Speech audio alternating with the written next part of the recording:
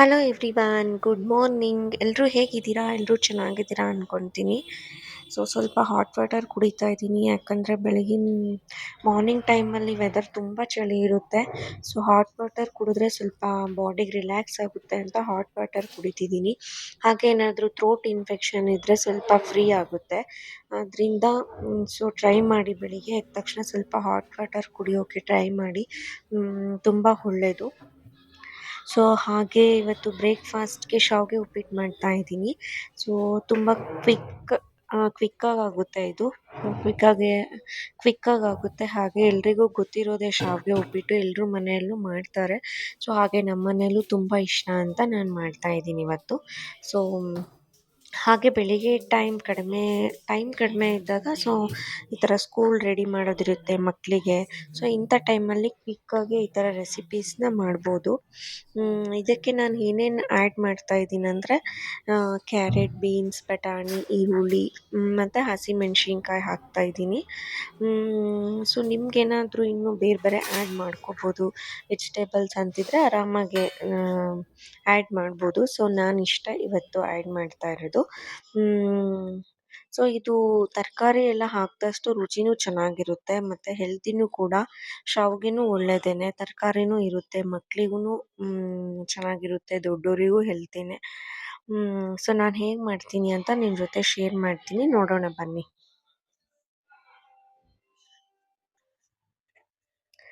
ಇನ್ನೊಂದೇನಪ್ಪ ಅಂದರೆ ಒಂದು ಶೇರ್ ಮಾಡ್ಬೇಕು ನಿಮ್ಮ ಜೊತೆ. ಈಗಾಗಲೇ ಸ್ವಲ್ಪ ಜನಕ್ಕೆ ಗೊತ್ತಿರುತ್ತೆ, ಗೊತ್ತಿಲ್ಲದವ್ರಿಗೆ ಹೇಳ್ತಾ ಇದ್ದೀನಿ. ಸೇಮ್ ಶಾವಿಗೆ ಉಪ್ಪಿಟ್ಟು ಮಾಡೋಕ್ಕೆ ಶಾವಿಗೆನ ಯಾವ ಥರ ನಾವು ಬೇಯಿಸ್ಕೊತೀವೋ ಸೇಮ್ ಹಾಗೇ ಸ್ವೀಟ್ ಕೂಡ ಮಾಡ್ಬೋದು ಇದರಲ್ಲಿ. ಶಾವಿಗೆನ ಈ ಥರ ಬೇಯಿಸ್ಬಿಟ್ಟು ಚೆನ್ನಾಗಿ ಬಸಿಬೇಕು. ಬಸಿದ ಮೇಲೆ ಅದನ್ನ ಸ್ವಲ್ಪ ಹಾರಕ್ಕೆ ಬಿಡಬೇಕು. ಆರಿದ ಮೇಲೆ ಅದರಲ್ಲಿ ನೀವು ಒಂದು ಪ್ಲೇಟಲ್ಲಿ ಅದನ್ನು ಶಾವಿಗೆ ಹಾಕ್ಕೊಂಬಿಟ್ಟು ಅದಕ್ಕೆ ಸ್ವಲ್ಪ ಹಾಲು, ಅದಕ್ಕೆ ಸ್ವಲ್ಪ ಸಕ್ಕರೆ ಹಾಕ್ಕೊಂಡು ಅದನ್ನ ಮಿಕ್ಸ್ ಮಾಡ್ಕೊಂಡು ತಿಂದರೆ ಮಾತ್ರ ತುಂಬ ಚೆನ್ನಾಗಿರುತ್ತೆ. ಸ್ವಲ್ಪ ಶಾವಿಗೆನ ತುಪ್ಪದಲ್ಲಿ ಹೆಂಗಿದ್ರು ಹುರಿದಿರ್ತೀವಲ್ವ, ಶಾವಿಗೆ ಉಪ್ಪಿಟ್ಟು ಮಾಡೋಕ್ಕೂ ಸೇಮ್ ಏನೂ ಚೇಂಜ್ ಇಲ್ಲ, ಅದೇ ಥರನೇ ಟೇಸ್ಟ್ ಮಾತ್ರ ತುಂಬ ಚೆನ್ನಾಗಿರುತ್ತೆ. ಪಾಯಸ ಬೇರೆ, ನಾನು ಹೇಳ್ತಾ ಇರೋ ಸ್ವೀಟ್ ಬೇರೆ. ಪಾಯಸನೇ ಡಿಫ್ರೆಂಟ್ ಟೇಸ್ಟ್ ಇರುತ್ತೆ, ಇದೇ ಡಿಫ್ರೆಂಟ್ ಟೇಸ್ಟ್ ಇರುತ್ತೆ. ನಾನು ಯಾವಾಗಾದರೂ ಟ್ರೈ ಮಾಡ್ತೀನಿ ಮನೆಯಲ್ಲಿ. ಆವಾಗ ನಿಮ್ಮ ಜೊತೆ ಡೀಟೇಲ್ ಆಗಿ ಶೇರ್ ಮಾಡ್ತೀನಿ. ಟೇಸ್ಟ್ ಮಾತ್ರ ಸಖತ್ತಾಗಿರುತ್ತೆ. ಇದು ಮತ್ತು ಉಪ್ಪಿಟ್ಟು ಕಾಂಬಿನೇಷನ್ ಚೆನ್ನಾಗಿರುತ್ತೆ. ನಿಮ್ಮ ಜೊತೆ ಶೇರ್ ಮಾಡ್ತೀನಿ ಒನ್ ಟೈಮ್. ಇನ್ನೊಂದೇನಪ್ಪ ಅಂದರೆ ಬೆಳಿಗ್ಗೆ ಹೊತ್ತು ಮಾರ್ನಿಂಗ್ ಬೇಗ ಎದ್ದರೆ ಕೆಲಸ ಎಲ್ಲ ಬೇಗ ಆಗಿಬಿಡುತ್ತೆ, ಎಲ್ಲ ಬೇಗ ಕಂಪ್ಲೀಟ್ ಮಾಡ್ಕೊಂಬಿಡ್ಬೋದು. ಲೇಟ್ ಆಯ್ತಂದರೆ ತುಂಬ ಗಡಿಬಿಡಿ ಆಗಿಬಿಡುತ್ತೆ. ನಾವೇನು ಮಾಡಬೇಕಂತ ಇದ್ದೀವಿ ಬೆಳಿಗ್ಗೆ ಎಲ್ಲ ಪ್ಲ್ಯಾನ್ ಎಲ್ಲ ಫ್ಲಾಪ್ ಆಗಿಬಿಡುತ್ತೆ. ನಮಗೆ ನಾವು ಟೈಮ್ನು ಕೊಟ್ಕೊಳಕ್ಕಾಗಲ್ಲ. ಆದಷ್ಟು ಬೇಗ ಎದ್ದರೆ ನಮ್ಮದು ಒಂದು ರುಟೀನ್ನ ಮುಗಿಸ್ಕೊಂಡು ಆಮೇಲೆ ಕುಕ್ಕಿಂಗ್ ಸ್ಟಾರ್ಟ್ ಮಾಡ್ಬೋದು. ಹಾಗೆ ಟೈಮ್ ಕೂಡ ಸೇವ್ ಆಗುತ್ತೆ. ಇದ್ರ ಬಗ್ಗೆ ನಿಮ್ಗೇನು ಅನಿಸುತ್ತೆ ಅಂತ ಕಮೆಂಟ್ ಮಾಡಿ. ಫ್ರೆಂಡ್ಸ್, ನನ್ನ ವೀಡಿಯೋಸ್ ನೋಡ್ತಾ ಸಪೋರ್ಟ್ ಮಾಡ್ತಾ ಇರೋದಕ್ಕೆ ತುಂಬಾ ಥ್ಯಾಂಕ್ಸ್ ಹೇಳ್ತೀನಿ ನಿಮಗೆ. ನೀವು ಇನ್ನೂ ನನ್ನ ಚಾನಲ್ ಸಬ್ಸ್ಕ್ರೈಬ್ ಮಾಡಿಲ್ಲ ಅಂದರೆ ಪ್ಲೀಸ್ ಸಬ್ಸ್ಕ್ರೈಬ್ ಮಾಡ್ಕೊಳ್ಳಿ. ನಿಮ್ಮ ಸಪೋರ್ಟ್ ನನಗೆ ತುಂಬಾ ಇಂಪಾರ್ಟೆಂಟ್ ಆಗುತ್ತೆ. ಆ್ಯಕ್ಚುಲಿ ಒಳ್ಳೆ ಕಂಟೆಂಟ್ ವೀಡಿಯೋಸ್ ಮಾಡೋಕ್ಕೆ ಮೋಟಿವೇಶನ್ ಸಿಗುತ್ತೆ. ನಿಮ್ಮ ಸಪೋರ್ಟ್ ಇದ್ದರೆ ಇನ್ನೂ ಒಳ್ಳೊಳ್ಳೆ ಕಂಟೆಂಟ್ ವೀಡಿಯೋಸ್ನ ನಿಮ್ಮ ಜೊತೆ ಶೇರ್ ಮಾಡ್ತೀನಿ. ಫ್ರೆಂಡ್ಸ್, ತರಕಾರಿ ಆ್ಯಕ್ಚುಲಿ ನೈಟ್ ಕಟ್ ಮಾಡ್ಕೊಂಡು ಇಟ್ಕೊಂಡ್ಬಿಟ್ರೆ ಮಾರ್ನಿಂಗ್ ಸ್ವಲ್ಪ ಲೇಟ್ ಆದರೂ ಪರವಾಗಿಲ್ಲ, ಬೇಗ ಕೆಲಸ ಮುಗಿದ್ಬಿಡುತ್ತೆ. ಕೆಲವೊಮ್ಮೆ ಹಾಗೆ ಮಾಡೋಕ್ಕಾಗೋದಿಲ್ಲ, ಏನಾದರೂ ಒಂದು ಕೆಲಸ ಇರುತ್ತೆ ಈವ್ನಿಂಗ್ ಟೈಮಲ್ಲಿ. ನನ್ನ ಮಗು ಇನ್ನೂ ಚಿಕ್ಕವನಿರೋದ್ರಿಂದ ನನಗೆ ಮ್ಯಾನೇಜ್ ಮಾಡೋಕ್ಕಾಗಲ್ಲ. ಸಮ್ಟೈಮ್ಸ್ ಏನಾಗ್ಬಿಡುತ್ತೆ ಅಂದರೆ ಅವ್ನ ಕೆಲಸದಲ್ಲಿ ಏನೋ ಬ್ಯುಸಿ ಇರ್ತೀನಿ, ಇಲ್ಲ ನಮ್ಮದೇನಾದರೂ ಇರುತ್ತೆ. ಆಗ ನನಗೆ ಈ ಥರ ನೈಟ್ ಟೈಮಲ್ಲೇ ಪ್ರಿಪ್ರೇಷನ್ ಮಾಡ್ಕೊಂಡು ಇಟ್ಕೊಳಕ್ಕಾಗಲ್ಲ. ಹಾಗಾಗಿ ಬೆಳಿಗ್ಗೆ ಕಟ್ ಮಾಡ್ಕೊತೀನಿ ಸಮ್ಟೈಮ್ಸು. ಹಾಗಾಗಿ ಕೆಲವೊಮ್ಮೆ ಸ್ವಲ್ಪ ಲೇಟ್ ಆಗಿಬಿಡುತ್ತೆ, ಯಾಕಂದರೆ ತರಕಾರಿನೆಲ್ಲ ಬೆಳಗ್ಗೆನೇ ಕಟ್ ಮಾಡೋಷ್ಟರಲ್ಲೇ ಸ್ವಲ್ಪ ಟೈಮ್ ಆಗಿಬಿಡುತ್ತೆ. ಹಾಗಾಗಿ ಸ್ವಲ್ಪ ನಾವು ಮ್ಯಾನೇಜ್ ಮಾಡಬೇಕು. ನೈಟಲ್ಲೇ ಸ್ವಲ್ಪ ಎಲ್ಲ ಪ್ರಿಪ್ರೇಷನ್ ಮಾಡ್ಕೊಂಡ್ಬಿಟ್ರೆ ಮಾರ್ನಿಂಗ್ ರುಟೀನು ತುಂಬ ಈಸಿಯಾಗಿರುತ್ತೆ ನಮ್ಮದು. ಇಲ್ಲಾಂದರೆ ತುಂಬ ಗಡಿಬಿಡಿ ಅನಿಸ್ಬಿಡುತ್ತೆ.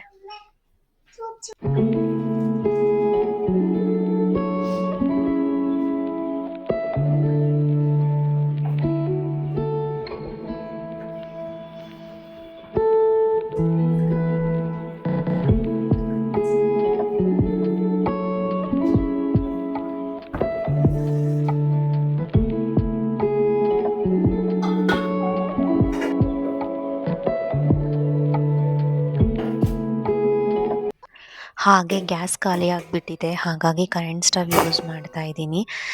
ಆ್ಯಕ್ಚುಲಿ ಗ್ಯಾಸಲ್ಲಾದರೆ ಬರ್ನರ್ 2 ಇರುತ್ತೆ, ಬೇಗ ಬೇಗ ಆಗಿಬಿಡುತ್ತೆ, ಟೈಮು ನಮಗೆ ಸೇವ್ ಆಗುತ್ತೆ. ಬಟ್ ಇದರಲ್ಲಿ ಒಂದೇ ಗ್ಯಾಸ್ ಇರೋದ್ರಿಂದ ಸೊ ಅದರಲ್ಲೇ ಎಲ್ಲದನ್ನೂ ಮ್ಯಾನೇಜ್ ಮಾಡಬೇಕು, ಹಾಗೆ ಒನ್ ಬೈ ಒನ್ ಮಾಡ್ತಾ ಹೋಗಬೇಕು. ಹಾಗಾಗಿ ಸ್ವಲ್ಪ ಟೈಮ್ ವೇಸ್ಟ್ ಅನಿಸುತ್ತೆ. ಬಟ್ ಈಸಿಯಾಗಿ ಆರಾಮಾಗಿ ಮ್ಯಾನೇಜ್ ಮಾಡ್ಬೋದು. ಅಡುಗೆಗೇನು ಪ್ರಾಬ್ಲಮ್ ಆಗಲ್ಲ, ಎಲ್ಲ ಟೇಸ್ಟಿಯಾಗಿ ತುಂಬ ಚೆನ್ನಾಗೇ ಆಗುತ್ತೆ. ಹಾಗೆ ಚೆನ್ನಾಗೇ ಬಾಯ್ಲ್ ಕೂಡ ಆಗುತ್ತೆ, ಏನೂ ಪ್ರಾಬ್ಲಮ್ ಇಲ್ಲ. ಹಾಗೆ ಇಲ್ಲಿ ನಾನು 1 ಕಪ್ ತೊಗೊತಾ ಇದ್ದೀನಿ ಶಾವಿಗೆ, ಬಿಕಾಸ್ ಇಬ್ಬರಿಗಷ್ಟೇ ನಾನು ಮಾಡ್ತಾ ಇರೋದು. ಇಬ್ಬರಿಗೆ ಇಷ್ಟು ತೊಗೊಂಡ್ರೆ ಸಾಕು, ಆರಾಮಾಗೆ ಬ್ರೇಕ್ಫಾಸ್ಟಿಗೆ ಆಗುತ್ತೆ. ಶಾವಿಗೆನ ಹಾಗೆ ಬಾಯ್ಲ್ ಮಾಡಬೇಡಿ, 3 ಮಿನಿಟ್ಸ್ ಒಂದು ಸ್ವಲ್ಪ ಫ್ರೈ ಮಾಡಬೇಕು. ಆವಾಗಲೇ ಅದು ಚೆನ್ನಾಗೆ ಬಾಯ್ಲ್ ಆದಮೇಲೆ ಚೆನ್ನಾಗೆ ಬಿಡಿ ಬಿಡಿಯಾಗಿ ಆಗುತ್ತೆ ಶಾವಿಗೆ, ಇಲ್ಲಾಂದರೆ ಅಷ್ಟು ಚೆನ್ನಾಗಿ ಬರಲ್ಲ. ಸ್ವಲ್ಪ ಫ್ರೈ ಮಾಡ್ಕೊಳ್ಳಿ, ಒಂದು 3 ಮಿನಿಟ್ಸು.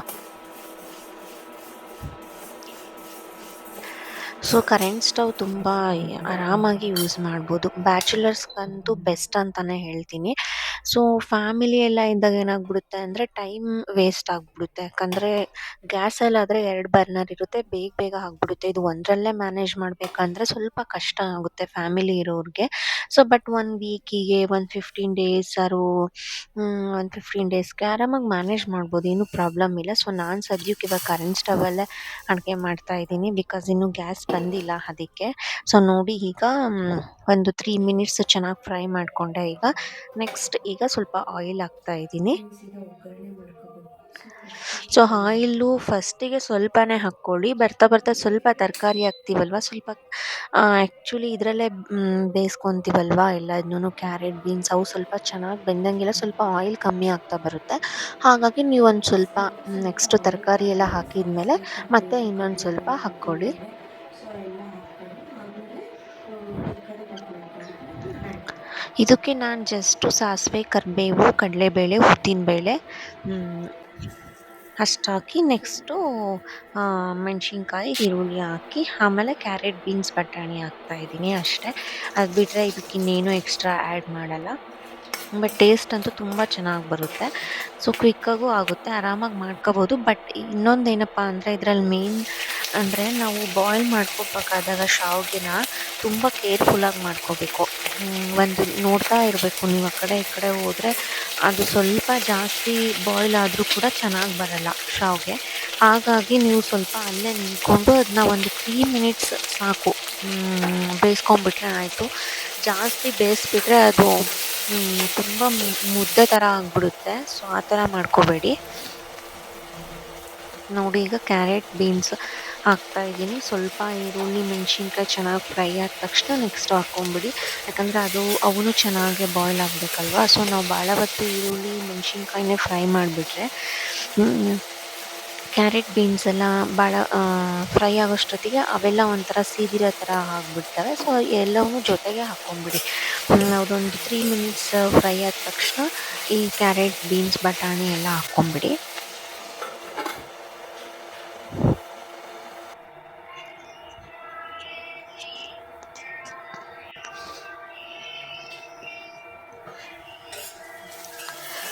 ಫ್ರೆಂಡ್ಸ್, ಈಗ ಸ್ವಲ್ಪ ಚೆನ್ನಾಗಿ ಫ್ರೈ ಆಗಿದೆ. ಸೊ ಈಗ ಸ್ವಲ್ಪ ಸಾಲ್ಟು ಮತ್ತು ಅರಿಶಿನ ಪುಡಿ ಹಾಕಬೇಕೀಗ.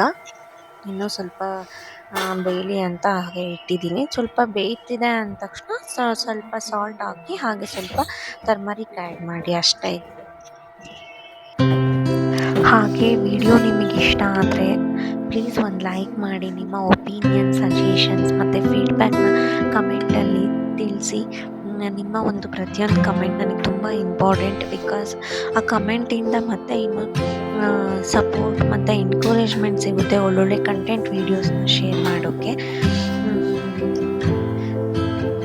ಪ್ಲೀಸ್ ಸಪೋರ್ಟ್ ಮಾಡಿ, ಹಾಗೆ ಸಬ್ಸ್ಕ್ರೈಬ್ ಮಾಡ್ಕೊಳ್ಳಿ. Thank you so much for being a part of my journey. Thank you so much everyone.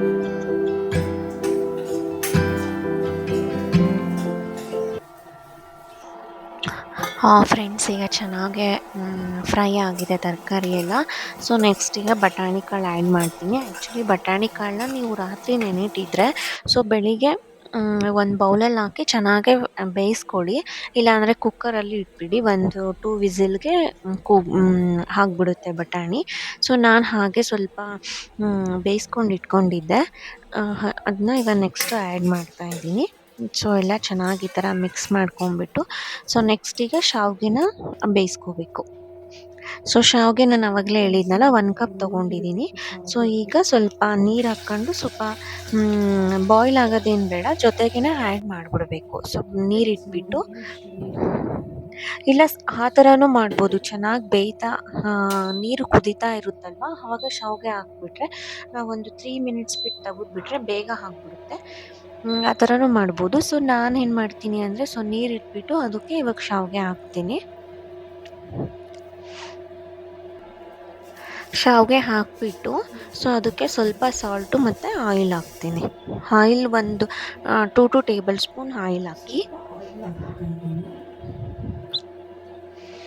ಇಲ್ಲ ಅಂದರೆ ಏನಾಗ್ಬಿಡುತ್ತೆ ಅಂದರೆ ನಾವು ಬಸಿಬೇಕಾದಾಗ ಶಾವಿಗೆ ಎಲ್ಲ ಅಂಟ್ಕೊಂಬಿಡುತ್ತೆ, ಒಂಥರ ಬಿಡಿ ಬಿಡಿಯಾಗಿ ಚೆನ್ನಾಗಿ ಬರೋದಿಲ್ಲ. ಹಾಗಾಗಿ ಸ್ವಲ್ಪ ಆಯಿಲ್ ಹಾಕಬೇಕು.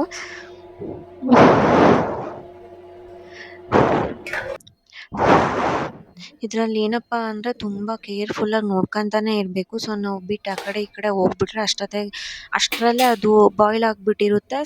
ಸ್ವಲ್ಪ ಲೇಟ್ ಆದರೂ ಕೂಡ ಅದು ನಮಗೆ ಶಾವಿಗೆ ಚೆನ್ನಾಗಿ ಬರೋದಿಲ್ಲ. ನಾವು ಔಟ್ಸೈಡೆಲ್ಲ ತಿಂದಾಗ ಎಷ್ಟು ಬಿಡಿ ಬಿಡಿಯಾಗಿ ಹೆಂಗಿರುತ್ತೆ ನೋಡಿ, ಅದೇ ಥರನೇ ಬರುತ್ತೆ. ಬಟ್ ನಾವು ನೀಟಾಗಿ ಒಂದು 3 ಮಿನಿಟ್ಸ್ ಆದ ತಕ್ಷಣ ತೆಗೆದ್ಬಿಟ್ರೆ ಆರಾಮಾಗಿ ಚೆನ್ನಾಗಿ ಬರುತ್ತೆ. ಸೊ ನಾವೇನು ಮಾಡ್ತೀವಿ, ಸ್ವಲ್ಪ ಲೇಟ್ ಮಾಡಿಬಿಡ್ತೀವಿ, ಆವಾಗಲೇ ಅದು ಮಿಸ್ ಆಗಿಬಿಡುತ್ತೆ ಶಾವಿಗೆ. ಸೊ ಹಾಗೆ ಈ ಥರ ಬಾಯ್ಲ್ ಎಲ್ಲ ಆದಮೇಲೆ ನೀರೆಲ್ಲ ತೆಗೆದ್ಮೇಲೆ ನೀವು ನೆಕ್ಸ್ಟು ಸ್ವಲ್ಪ ಕೋಲ್ಡ್ ವಾಟರ್ ಹಾಕಿ 1-2 ಗ್ಲಾಸು. ಆವಾಗೇನಾಗ್ಬಿಡುತ್ತೆ ಅಂದರೆ ಸೊ ಅದು ಸ್ವಲ್ಪ ಹಿಂಗೆ ಬಿಸಿ ಇರೋದೆಲ್ಲ ಹೋಗ್ಬಿಡುತ್ತೆ. ಹೋಗಿ ಒಂದು 5 ಮಿನಿಟ್ಸ್ ಹಾಗೆ ಸ್ವಲ್ಪ ಅದು ಕೂಲ್ ಆಗಕ್ಕೆ ಬಿಡಿ. ಕೂಲೆಲ್ಲ ಆದಮೇಲೆ ನೆಕ್ಸ್ಟು ಅದನ್ನ ಒಗ್ಗರಣೆಗೆ ಹಾಕಿ ಮಿಕ್ಸ್ ಮಾಡಿಬಿಟ್ರೆ ಆಯಿತು ಅಷ್ಟೇ. ನೋಡಿ ಎಷ್ಟು ಉದ್ರುದ್ರವಾಗಿ ಬಂದಿದೆ.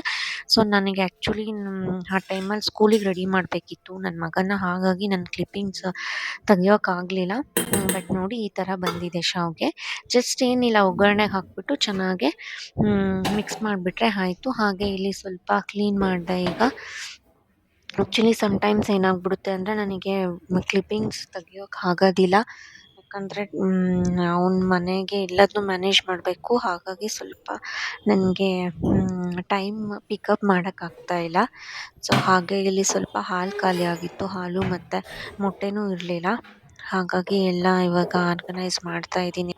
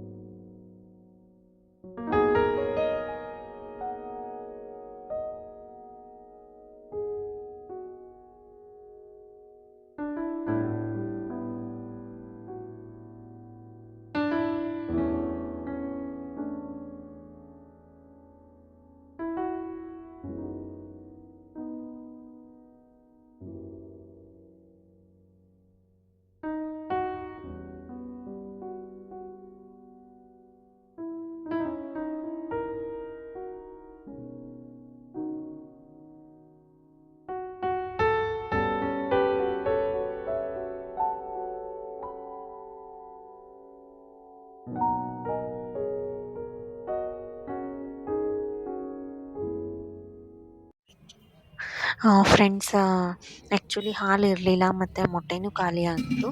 ಸೊ ಈಗ ನನ್ನ ಹಸ್ಬೆಂಡ್ ಹೊರಗಡೆ ಹೋಗಿದ್ರು. ಹಾಗೆ ನನ್ನ ಮಗನ ಸ್ಕೂಲಿಂದ ಬಿಟ್ಟು ಬರೋದಿತ್ತಲ್ವಾ, ಸೊ ಹಾಗೆ ತೊಗೊಂಬಂದರು.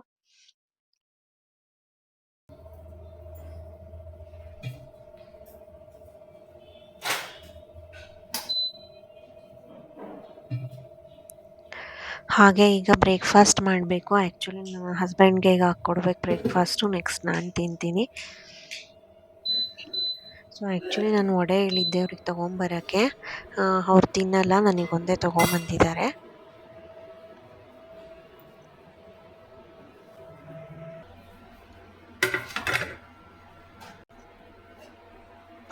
ಶಾವಿಗೆ ಜೊತೆ ಏನಾದರೂ ಸ್ವಲ್ಪ ಈ ಥರ ಮಿರ್ಚಿ ಇಲ್ಲ ವಡೆ ಈ ಥರ ಇದ್ದರೆ ತುಂಬ ಚೆನ್ನಾಗಿರುತ್ತೆ.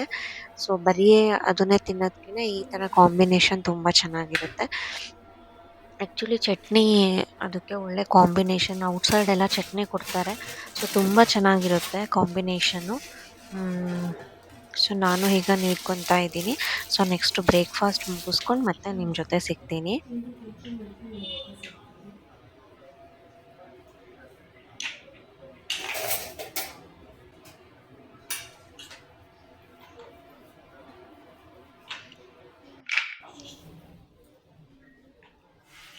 ಹಾಗೆ ಬ್ರೇಕ್ಫಾಸ್ಟ್ ಎಲ್ಲ ಮುಗೀತು ಫ್ರೆಂಡ್ಸ್. ಈಗ ಆಫ್ಟರ್ನೂನ್ ಲಂಚ್ ಪ್ರಿಪೇರ್ ಮಾಡಬೇಕು. ಯಾಕಂದರೆ ಮಾರ್ನಿಂಗು ಶಾವಿಗೆ ಉಪ್ಪಿಟ್ಟು ಮಾಡಿದ್ನಲ್ವ, ಹಾಗಾಗಿ ಈಗ ಸ್ವಲ್ಪ ಚಪಾತಿ ಮಾಡಿಬಿಡೋಣ. ಟೊಮೊಟೊ ಬೇರೆ ಊರಿಂದ ತೊಗೊಂಬಂದಿದ್ರು, ತುಂಬ ಇದೆ ಟೊಮೊಟೊ, ಹಾಗಾಗಿ ಟೊಮೊಟೊ ಪಲ್ಯ ಮತ್ತು ಚಪಾತಿ ಮಾಡ್ತಾಯಿದ್ದೀನಿ. ಚಪಾತಿನ ಫಸ್ಟು ಕಲಸಿಟ್ಬಿಡ್ತೀನಿ. ಸ್ವಲ್ಪ ಚೆನ್ನಾಗಿ ನೆಂದ್ಕೊಂಡ್ರೆ ಚಪಾತಿನೂ ಚೆನ್ನಾಗಿ ಬರುತ್ತೆ. ಆಮೇಲೆ ನೆಕ್ಸ್ಟ್ ಪಲ್ಯ ಮಾಡ್ತೀನಿ. ಸೊ ನಾನು ಹೇಗೆ ಮಾಡ್ತೀನಿ ಪಲ್ಯ ಅಂತ ನಿಮ್ಮ ಜೊತೆ ಶೇರ್ ಮಾಡ್ತೀನಿ. ಸೊ ನಾರ್ಮಲಾಗಿ ಎಲ್ರಿಗೂ ಗೊತ್ತಿರುತ್ತೆ, ಬಟ್ ನಾನು ಹೇಗೆ ಮಾಡ್ತೀನಿ ಅಂತ ಜಸ್ಟ್ ಶೇರ್ ಮಾಡ್ತೀನಿ ನಿಮ್ಮ ಜೊತೆ.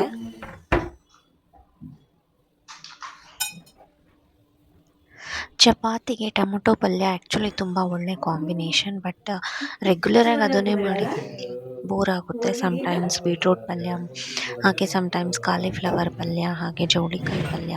ಸೊ ಎಲ್ಲ ಥರದ್ದು ಮಾಡ್ತಾ ಹೋದರೆ, ಸೊ ವೀಕ್ಲಿ ಒಂದೊಂದು ವೆಜಿಟೇಬಲ್ ಯೂಸ್ ಮಾಡಿ ಡಿಫ್ರೆಂಟ್ ಸ್ಟೈಲ್ ಪಲ್ಯ ಅಥವಾ ಗ್ರೇವಿನ ಮಾಡೋದ್ರಿಂದ ನಮ್ಮ ಬಾಡಿಗೆ ಬೇಕಾದ ನ್ಯೂಟ್ರಿಯೆಂಟ್ಸ್ ಸಿಗುತ್ತೆ, ಹೆಲ್ತಿಗೂ ತುಂಬ ಒಳ್ಳೆಯದು. So as much as possible different ವೆಜಿಟೇಬಲ್ಸ್ನ ಡೈಲಿ ಫುಡ್ಡಲ್ಲಿ ಇನ್ಕ್ಲೂಡ್ ಮಾಡೋಕ್ಕೆ ಟ್ರೈ ಮಾಡಿ.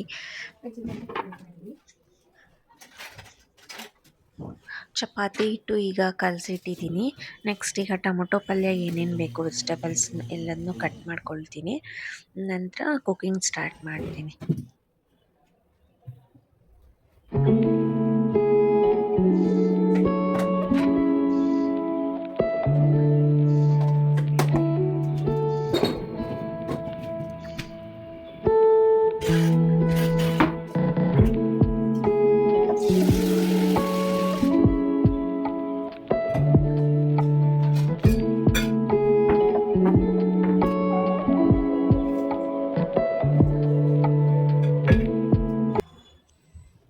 ಫ್ರೆಂಡ್ಸ್, ಇವಾಗ ಚಿಲ್ಲಿ, ಟೊಮೊಟೊ, ಆನಿಯನ್ ಎಲ್ಲದನ್ನೂ ಚೆನ್ನಾಗಿ ವಾಶ್ ಮಾಡ್ಕೊತಾ ಇದ್ದೀನಿ.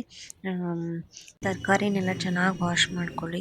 ಸೊ ಆದಷ್ಟು ಸ್ವಲ್ಪ ಹುಣಸೆ ಹುಳಿಯಿಂದ ವಾಶ್ ಮಾಡೋದು, ಇಲ್ಲ ಅಂದರೆ ಬಿಸಿನೀರಲ್ಲಿ ಸ್ವಲ್ಪ ನೆನಿಟ್ಟು ಒಂದು 5 to 10 ಮಿನಿಟ್ಸ್ ನೆನಿಡಿ ಬಿಸಿನೀರಲ್ಲಿ. ಆಮೇಲೆ ನೀವು ಕಟ್ ಮಾಡ್ಕೊಳ್ಳಿ.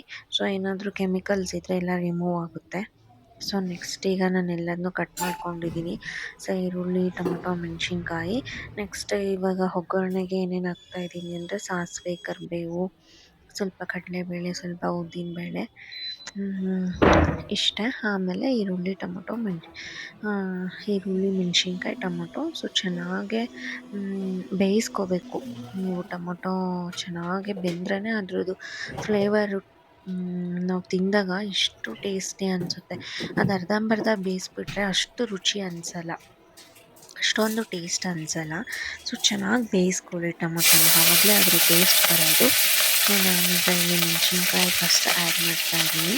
ಸೊ ಆಮೇಲೆ ಸ್ವಲ್ಪ ಈರುಳ್ಳಿ ಸ್ವಲ್ಪ ಫ್ರೈ ಆದಮೇಲೆ ನೆಕ್ಸ್ಟ್ ಟೊಮೊಟೊ ಆ್ಯಡ್ ಮಾಡ್ತೀನಿ. ಹಾಗೆ ಫ್ರೆಂಡ್ಸ್, ಯಾರೆಲ್ಲ ನನ್ನ ವೀಡಿಯೋಸ್ ನೋಡ್ತಾ ಇದ್ದೀರೋ ಪ್ಲೀಸ್ ಸಬ್ಸ್ಕ್ರೈಬ್ ಮಾಡ್ಕೊಂಡು ನೋಡಿ. ಹಾಗೆ ಪ್ಲೀಸ್ ಸಬ್ಸ್ಕ್ರೈಬ್ ಮಾಡ್ಕೊಳ್ಳಿ. ಯಾರೇ ನೋಡಬೇಡಿ ಪ್ಲೀಸ್ ಸಬ್ಸ್ಕ್ರೈಬ್ ಮಾಡ್ಕೊಳ್ಳಿ. ಹಾಗೆ ವಿಡಿಯೋ ಇಷ್ಟ ಆದರೆ ಪ್ಲೀಸ್ ಲೈಕ್ ಮಾಡಿ. ಈಗ ಟೊಮೊಟೊ ಎಲ್ಲ ಆ್ಯಡ್ ಮಾಡಿದ್ದೀನಿ. ಸೊ ಇದನ್ನ ಚೆನ್ನಾಗೆ ಬೇಯಕ್ಕೆ ಬಿಡಬೇಕು. ಸೊ ಚೆನ್ನಾಗಿ ಬೆಂದಮೇಲೆ ನೆಕ್ಸ್ಟು ನಾವು ಸ್ವಲ್ಪ ಟರ್ಮರಿಕ್, ಸ್ವಲ್ಪ ಸಾಂಬಾರು ಪೌಡ್ರು, ಹಾಗೆ ಸ್ವಲ್ಪ ಕೊಬ್ಬರಿ ಆ್ಯಡ್ ಮಾಡ್ಕೋಬೇಕು. ಸೊ ಗಟ್ಟಿ ಇದೆ ಅಂದರೆ ಸ್ವಲ್ಪ ನೀರು ಹಾಕ್ಕೊಂತ ಬಾಯ್ಲ್ ಮಾಡಿ. ಸೊ ಗಟ್ಟಿ ಆಗುತ್ತೆ. ಸೊ ನಾನು ನೋಡಿ ಈಗ ಸೊ ಸ್ವಲ್ಪ ನೀರು ಹಾಕ್ತಾ ಹೋದರೆ ಇನ್ನೂ ಚೆನ್ನಾಗೆ ಅದು ಫ್ರೈ ಆಗುತ್ತೆ. ಚೆನ್ನಾಗಿ ಫ್ರೈ ಆಗುತ್ತೆ. ಟೇಸ್ಟ್ ಅಂತೂ ತುಂಬ ಚೆನ್ನಾಗಿ ಆಗ್ತಾ ಹೋಗುತ್ತೆ. ಸೊ ನೀರು ಹಾಕಿದಷ್ಟು ಟೇಸ್ಟ್ ಇನ್ನೂ ತುಂಬ ಚೆನ್ನಾಗಿ ಬರುತ್ತೆ. ಮತ್ತು ಅನ್ನಕ್ಕೂ ಚೆನ್ನಾಗಿರುತ್ತೆ. ಇದು ಚಪಾತಿಗೂ ಚೆನ್ನಾಗಿರುತ್ತೆ ನೀರಾಗಿ ಮಾಡಿಕೊಂಡ್ರೆ. ಮತ್ತು ಗಟ್ಟಿಯಾಗಿದ್ದರೆ ಅಷ್ಟೊಂದು ಟೇಸ್ಟ್ ಅನಿಸಲ್ಲ. ಸೊ ನೀವು ಸ್ವಲ್ಪ ನೀರು ಆ್ಯಡ್ ಮಾಡಿಕೊಂಡು ಈ ಥರ ನೋಡಿ, ಇನ್ನೂ ಬೇಯಬೇಕಿದು.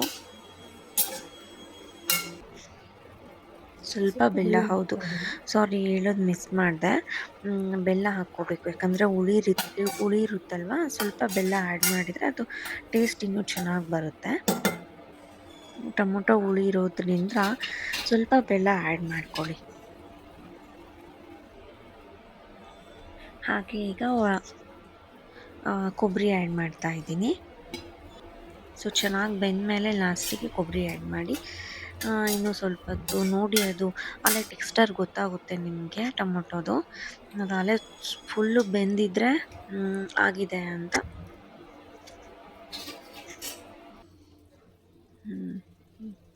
ಸ್ವಲ್ಪ ಗಾರ್ನಿಷ್ ಮಾಡ್ಕೊಳ್ಳೋಕ್ಕೆ ಸ್ವಲ್ಪ ಕೊತ್ತಂಬರಿ ಆ್ಯಡ್ ಮಾಡ್ತಾ ಇದ್ದೀನಿ.